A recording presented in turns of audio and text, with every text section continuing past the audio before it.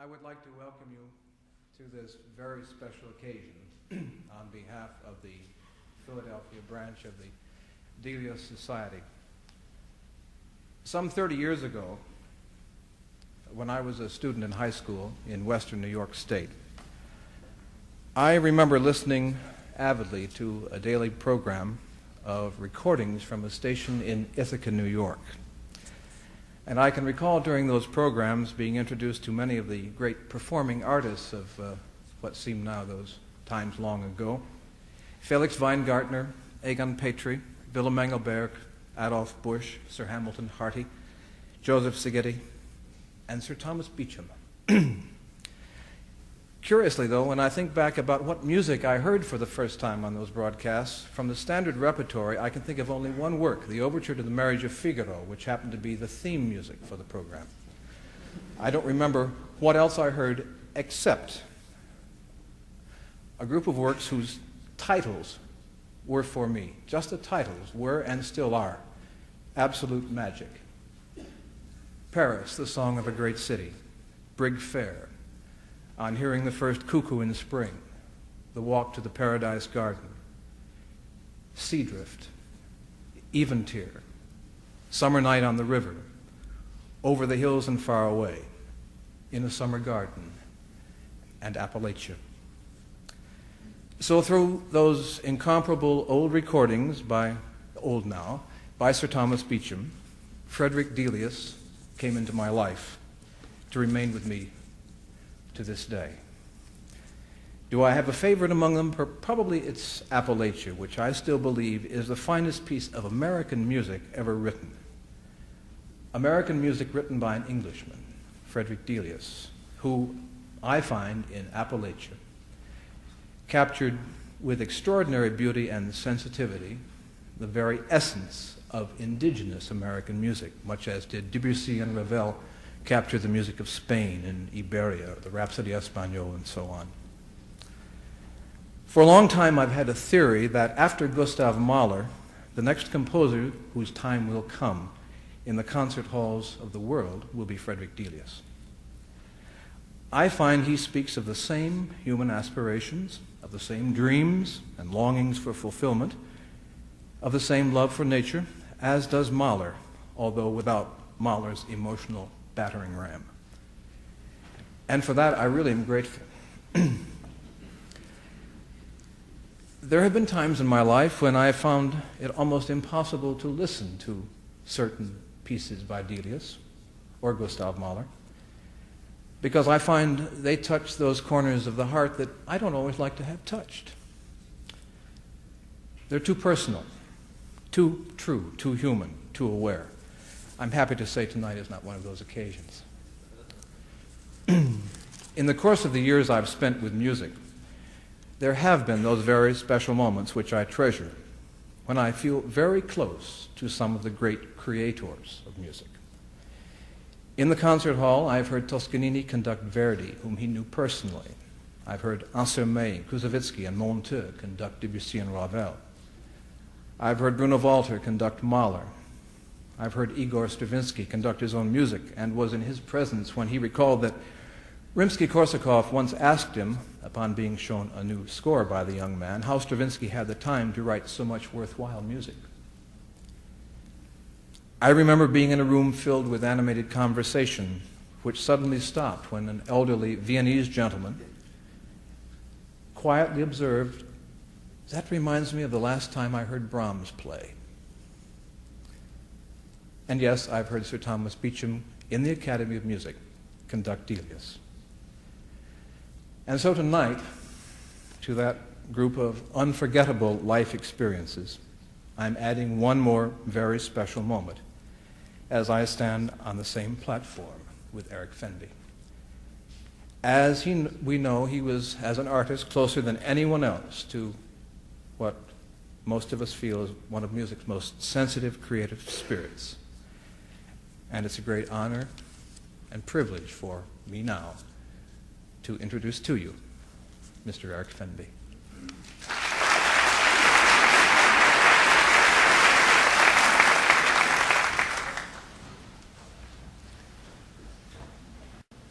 Ladies and gentlemen, I am very touched by your greetings. Let me tell you something of my recollections of the very singular character whom it was my privilege to serve in music, Frederick Delius. In 1928, I happened to be playing chess with a friend of mine just prior to the news in the tiny Yorkshire town in which I was born, Scarborough, about 300 miles away from London to the north. It was really, in a sense, an outpost of music, yet there was plenty of music there, both in winter and in summer. A very fine professional orchestra used to come in that leading spar, and this place was the focus of some of the finest orchestral talent during the summer months. Therefore, I was brought up in an atmosphere of music from the earliest days in my own home, and as a practical musician too, I elected as a student not to go to a college of music, but to be articled to a Yorkshireman who was a very fine leading musician of the time. And therefore, each day of the week I would be out either rehearsing a choral society or taking an amateur orchestra, and in that way I learnt my job by doing. And it seemed very, very strange that all this was to prepare me for this quite incredible experience in which I found myself as a young man just turned 20. As I say, I was listening to an announcement of the news, pausing in the game of chess, when I heard a musical texture such as I'd never heard before, and it pierced me to the heart. And afterwards I heard the announcer say, "You have just been hearing the first Cuckoo in Spring by Frederick Delius, conducted by Sir Thomas Beecham, a piece we are to hear later in this program." I had also heard that Delius, by this time, was blind and paralyzed and very distressed because he was unable to finish his life's work.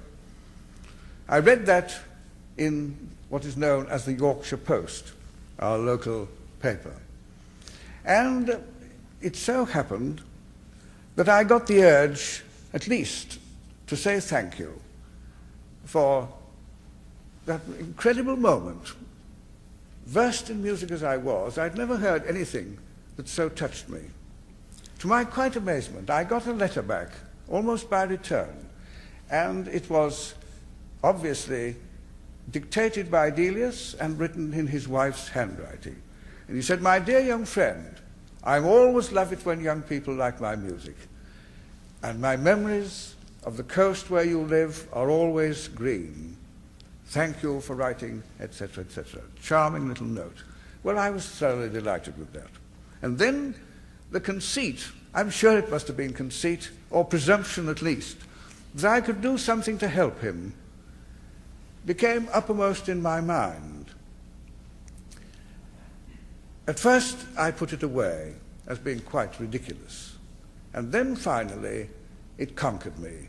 And I remember getting up in the middle of the night, that sounds quite romantic, taking pen and paper and writing to ask if I might help him in any way, in any practical way, at this unfortunate stage of his affliction.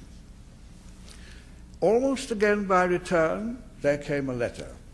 And this time, it said, "If you'd like to come for a long weekend. We live a very quiet life here. I'm visited just by a handful of musicians. It's certainly no life for a young man. It's a tiny little French village just outside the forest of Fontainebleau. We see few people, as I say. And what about your own career? Wouldn't that suffer were you to come? Anyhow, if you'd like to come, make it a weekend and see if you like it." Well, the beginning of October of that year, 1928, I went and joined Delius at Grez-sur-Loing, and I stayed quite a long weekend. It lasted 6 years. Well, now, in a long life of music, let me tell you, ladies and gentlemen, I've met many distinguished musicians, but certainly I've never met anybody like Frederick Delius. Delius was the least professional and the least amateur of all musicians I have known. How on earth he would ever have earned his livelihood as a professional musician, I cannot believe, because he had the greatest difficulty in making up his mind about anything. And one thing, supposing he had to adjudicate in England at competitive festivals, not only would he have had great difficulty in making up his mind, but he would have slated all the competitors for wasting their time and possibly for the music that they were singing. You see, because Delius was strange, he liked his own music, and his own music only. And that was rather a difficulty to be borne, because I spent most of my time turning the wires off during my first days with Delius. Now let me just tell you of my first impressions with this very extraordinary man. I arrived at the tiny little village of Bjornson and was met by his wife. And she told me that she was an artist, and that when we arrived at the outskirts of the village, she said, "We've lived here 30 years. And eventually we drew up outside a rambling old house, and I went inside, was taken upstairs to the music room. It was a very eerie, quite extraordinary feeling. There were the paintings and lithographs of Edvard Munch, the Norwegian painter, and also Mrs. Delius's own enormous paintings on the wall. And over the mantelpiece was Gauguin's Nevermore, which Delius had bought from Gauguin for £20. I didn't know it indeed at the time, but that marvelous picture was really Delius's most treasured possession. And in fact, apparently, as he told me later, after the First World War, when things were rather tight because most of his music had been placed in German publishers who had gone bankrupt and resold. He was involved in litigation for several years and had to sell this painting for about £5,000. Mind you, £20 to Gauguin was certainly like £1,000 in those days, because poor Gauguin couldn't even get rid of his paintings for the price of a meal. Mrs. Delius told me how she had first met her husband, and she said that once when she was in her apartment in Paris as a girl, where she'd gone to study painting with her mother, she looked through the window, and there, clattering down the street, was Gauguin with a tall and elegant Englishman. And the interesting thing was that they met at a party. She said that she sang songs by Grieg, with whom Delius was very friendly at the time. Some of the songs you will be hearing later tonight. They're very early songs. Her performance was received in silence, and she thought that was all that she would ever hear of him. Well, by a most extraordinary streak of luck, she, as was the custom of the time, used to paint in the country, and she went down to a little village called Grez-sur-Loing, outside the forest of Fontainebleau, where she painted in a beautiful garden. And Delius was then writing his third opera, Coanger, and this work was causing him great trouble, because he had tried, he told me, to write his own librettos for his first two operas, Magic Fountain and Ermeline, and been most unsuccessful, wasted a lot of music, and he'd gone over to a village nearby, Bjorn, to see an English writer who was living there. This man, Keeler, happened to say, "Oh, there's a friend of yours over at Grez-sur-Loing." And Delius went over and met this girl, Jelka, and she then told him of this lovely garden that she was allowed to paint in. They went up to the garden, and Delius said, "Oh, wonderful, this place. I could work here. Marvelous. I could work here." But then was off to Paris.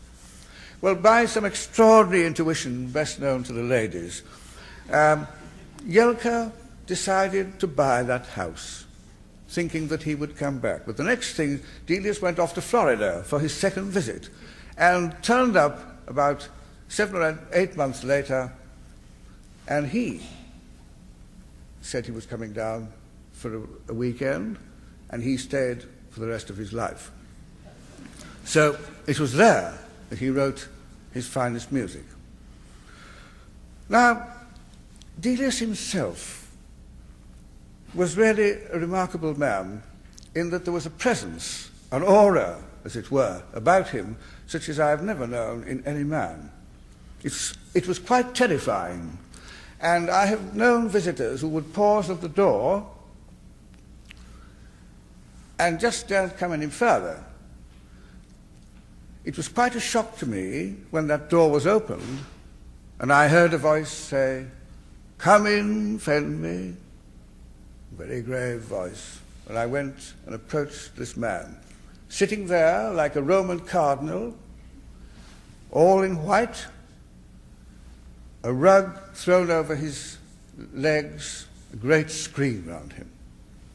And I approached him, and he offered a bony hand like this.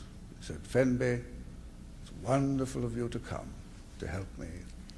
And Mrs. Delius, on the way in their car, had said, "You know, if you can work with him, it'll be worth more than all the medicine in the world.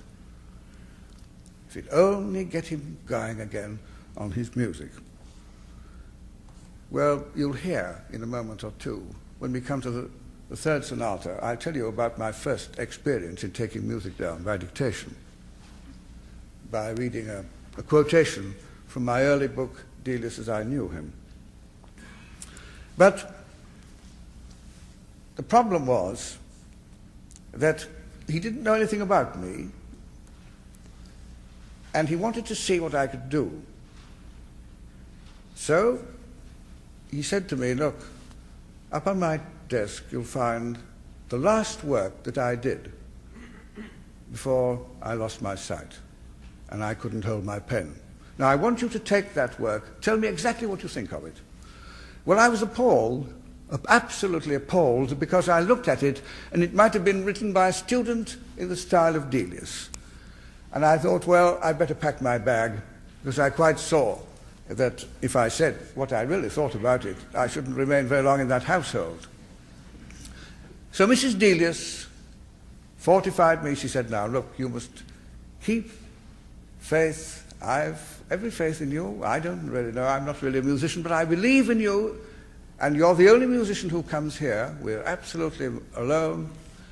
And Fred has never worked for 6 years and just been sitting around. And most of the day we just spend it reading aloud. Hour after hour we read every book that we can lay our hands on, and in many languages too." And I soon found I was introduced to this business of reading by the hour.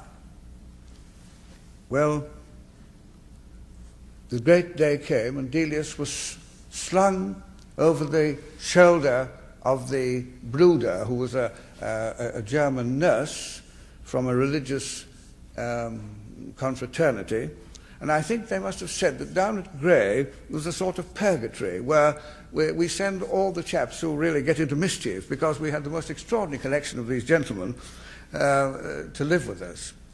And they were really quite brutal. They used to just lift him up and sling him over and then take him upstairs, plonk him down in a chair beside me, and then, of course, the work began. And I began to play this piece and began to criticize it. Well, my first derogatory remark well, I thought he would have a seizure. Anyhow, he said, stop. I thought, here we are. Pack my bag, it's finished. But no, he said, all right, you write a piece on it. You take my music, extend it for a bit. Take your time. I'll come up in about a month. And so there was no talk. And needless to say, Delius never discussed music. I was there, 6 years? I don't think we talked music for more than a quarter of an hour in the whole of that 6 years. No discussion on music at all. Nobody would have thought he was a musician, any more than, of course, Elgar, although Elgar would talk occasionally about music, but Delius never at all. We talked about painting, litterateurs, writers. They were the people who were interested in him. But he was not a bit interested in musicians at all. He said, oh, the boring lot. They always talk about technique, technique, technique. I'm not interested in that sort of thing. I made my own technique for what I want to do. That's all. And you just want enough, you know, and you don't want too much, as in life. Just enough technique to live well, and there we are. And so this was Delius. So this was indeed a very unusual background, of course, for a young musician. Well, the day came, and Delius again was carried up to the music room, and I began. And I didn't get more than about 3 bars. And he said, stop!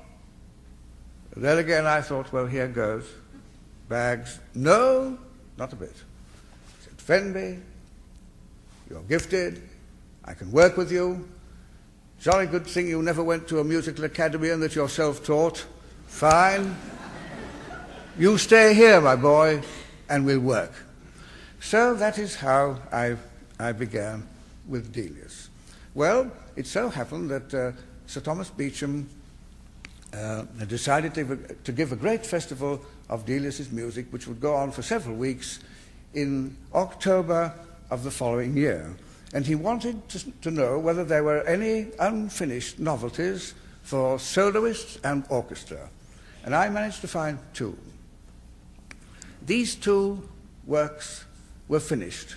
But Delius was by no means sure that he could go on and dictate, because the problems of dictating music, orchestral music, were very, very great, because Delius didn't make a sketch and then orchestrate it afterwards.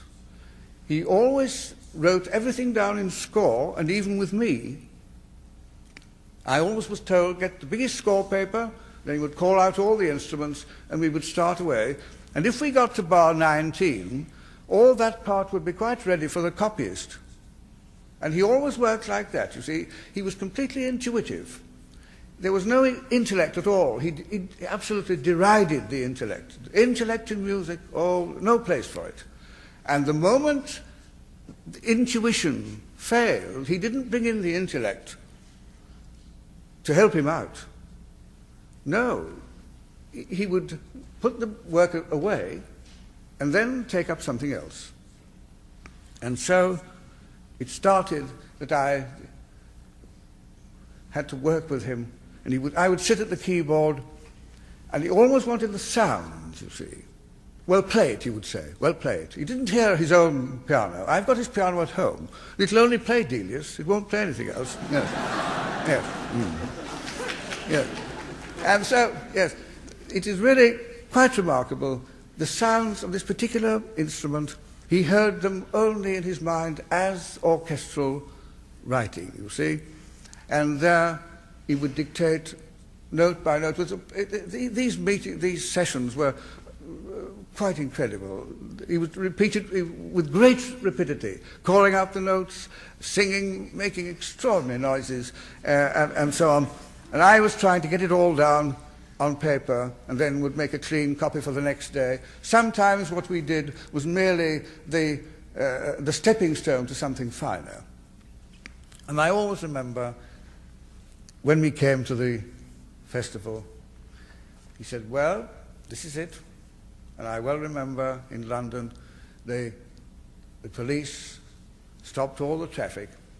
Delius was wheeled across the road from the old Langham Hotel into the Queen's Hall, which of course unfortunately was bombed. They'd cleared a place up in the circle, taken some seats out, and he sat there in his little carriage, and I sat beside him, and Jelka, his wife, on the other. And I saw by his face, he never explained himself in anything, but he had a face so sensitive one could read it like a book. And if I did anything wrong musically, I could see him cringe, and then I would probably move to the next note, and then maybe it wasn't so much of a cringe, but perhaps rather more, we're getting warm now, we're getting warm, to the next note, always moving to the operative note. You see, Delius, as you'll hear, in the sonata that we're going to play later in the evening, there are two kinds of melody. There's a kind of poetic prose melody, which is an extension of things, and you've got to go to the note. You must feel by intuition the operative note in a phrase, and the little quickenings and little slackenings of tempo and so on, none of which are marked in the score. His score was the very clumsiest script of his own thoughts. He had no gift really for writing it down, because he used to say, why plaster the music with all these instructions and so on? It's really an insult to the performer. You see, it was a curious idea, and he felt that people ought to feel his music rather than it should be given direct and specific indication as to how it should proceed. Therefore, you see, the music of Delius, if it's not really understood intuitively, is the dullest music ever written, and always sounds like it too. Well, I say the great day came, and we went across to, and Delius, I saw, was happy. And at the end of the Sinara, I have been faithful to the Sinara in my fashion. And when the lamps expire, then falls thy shadow, Sinara. And the music was complete up to that point, ready for the copyist. And then the last 5 or 6 lines were dictated with the orchestration. And I'll never, never forget the thrill, where at the end, I have been faithful to thee, and on the word Sinara, he dictated a chord for trombones, muted trombones, against which the cellos have a curve of melody, and the music dies away. It was an incredible thrill. And when it was over, he said, yes, now you'll come back, and we'll do that third sonata. That's the one you're going to hear. We'll do that. I shall be very tired, but come back after Christmas. And so from then, of course, we went on. But what was, of course, enchanting about him, he said to his wife, there's something I had pinned in my jacket. I want you to give it to Eric. And it was a £5 note, which to me was quite a lot of money in those days, because he was so delighted that at last he could work. Delius, as I say, and I've gone on far too long, I fear, Delius was quite the most extraordinary man I've ever met. He was a man of great refinement. He couldn't bear the slightest uncouthness. He was a great gourmet. He loved the pleasures of the table. And although he was a wreck of a man right to the end, he always dressed very fastidiously. He went his own way. The great thing, he said, was to go your own way in life and be completely self-reliant in all you do, speak the truth, and that was rather awkward at times, when he would say, Eric, I can't stand that woman's voice. Maybe somebody would come to tea. Please wheel me away. And of course, wheeled away down the garden and we were left. All things like that, you see. And there was always this truth. And if one edged and you said you didn't like something, well, yes, it was. I well remember once when some people, very well-meaning professional people, came to play to him. And he could be frightfully outspoken, but not hurtful, never hurtful. And in the pause at the turn of the page, they'd come all the way from England to play one of his violin sonatas. At the turn of the page, he was sitting there, and a small voice said, "Jelka, make the lady and gentleman some tea and carry me away." And so we finished the violin sonata, Mrs. Delius and I sitting it out, you see. Well, that was the sort of, he was, one could never take offense. He was extraordinarily truthful. There was a great charm. There was a dry wit about him. And he always loved to open a bottle of champagne if the dictating had gone very well, which, needless to say, always delighted me very much. And this remarkable man, in the end, became almost like a father to me. And then he said at the very end, "You know, I want to tell you that all we have done is but a stepping stone to this. This is our great work together. The songs of farewell for orchestra and double choir." And he said, "Jelka, bring the sketches." And she always had divined certain poems that she thought he might set with skill, because she divined in his music a curious undertone of feeling, the musical expression of human transience, the things that interested him in life, the partings, the sorrows, the quickness of life. Death the reaper comes even before the corn is ripe, sometimes. And life is so speedy, so it's gone. We don't know why we're here. We don't know where we're going.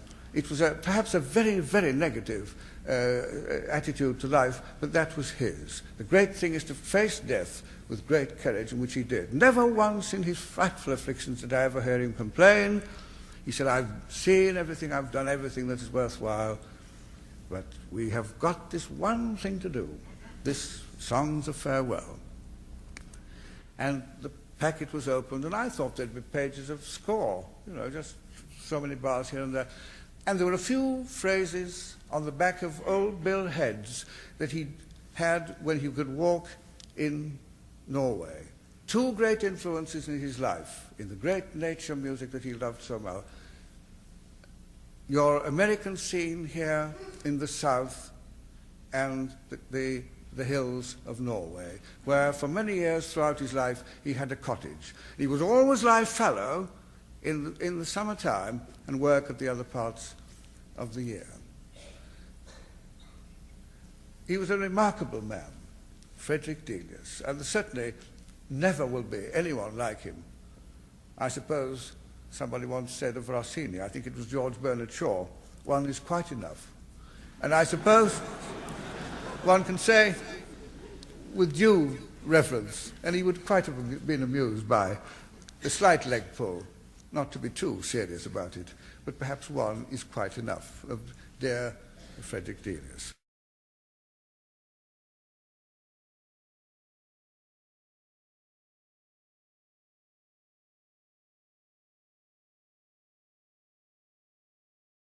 Let me just read you this quotation from my book on Delius.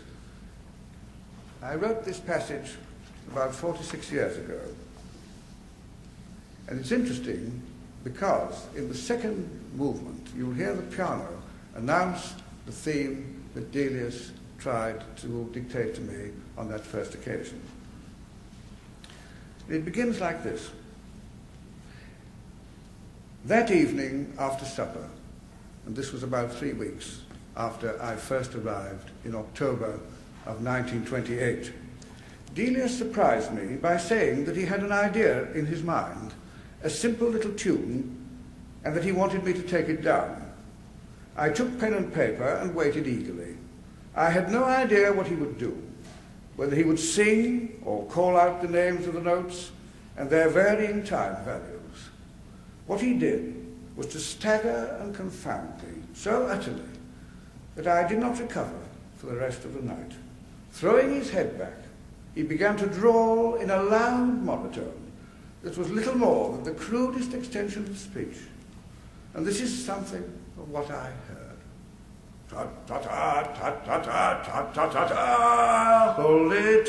Ta-ta-ta-ta-ta-ta-ta-ta-ta, hold it. Ta-ta-ta-ta-ta-ta-ta-ta-ta, hold it. Ta-ta-ta-ta-ta-ta. Well, needless to say, when he finished this amazing recital, he turned to me and asked, "Have you got it?" Well, he said, "Now sing it." Well, I was dumbfounded. "But Delius," I said, "what key is it in?" "A minor," he said. And in a flash, of course, I saw he evidently heard the tune imaginatively, but was quite unable to sing it. "Well, we'll try again," he said. And there was more suggestion of disgust and impatience in his tone than I cared to admit. It was obvious that he failed to understand how on earth I could be so stupid. I had observed that he disliked anything in the form of repetition, whether it were musical or verbal, and that if one had the misfortune to repeat oneself, one was never allowed to proceed very far. Unnecessary repetition annoyed him, and he sat there tossing his head from side to side and champing and frowning in his anger. And when I suggested that it would help me if he would call out the names of the notes, he gave a great sigh and said, "Well, all right then." And the drawling began again, but on another note. He said, A, B, C, D, F, G, and he went on like this. Well, I quickly sketched the shape of this melody, but I had no idea of the stresses, not even the time signature. I was too flurried, too nervous to go about it in the proper way, far too upset. I hadn't thought it would be anything like this. The sting of my emotion pierced me to the heart.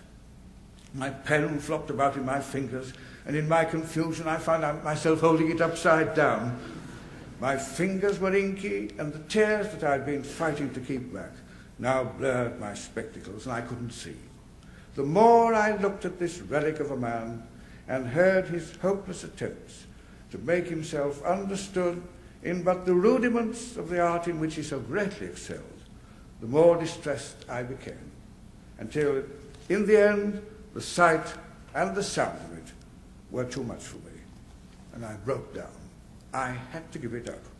And just then, Mrs. Delius came into the room, and I pulled myself together as best I could, and I said, "I'm sorry, I can't go on. Please excuse me." And I got up and I went out into the porch, and as I groped my way in the pitch darkness round to the door which led up from the garden to the music room, I overheard Delius say, "Yelka, that boy's no good. He's far too slow. He can't even take down a simple tune."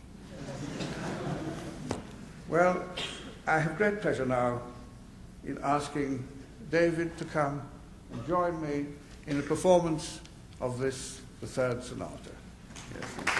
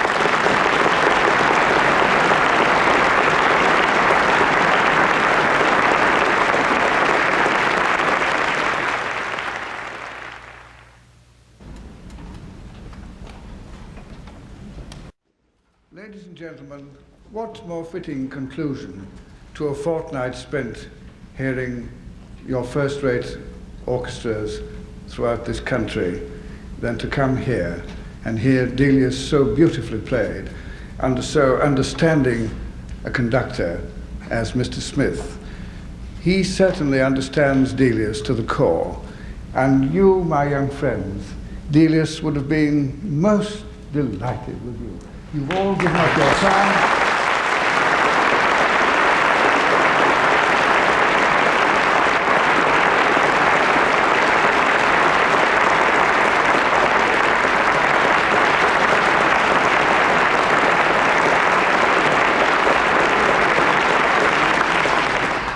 Surely that is a most wonderful and heartening sight, isn't it, to see young people like this, already attaining professional standard at so modest and early an age. May I say, too, that this music, you know, is extremely difficult to play. Summer Night on the River, even to our crack orchestras, is an extremely difficult thing, with the gnats all biting and so on, with these extraordinary little noises which you just hear. It's extremely difficult to make head or tail of it when you've just got your own part too. But it was extraordinarily beautifully done, exquisitely evocative of the kind of countryside round Grey. And may I thank you once again. I can't tell you how grateful and warm I want to thank you for this most delightful tribute to Delius, Frederick Delius.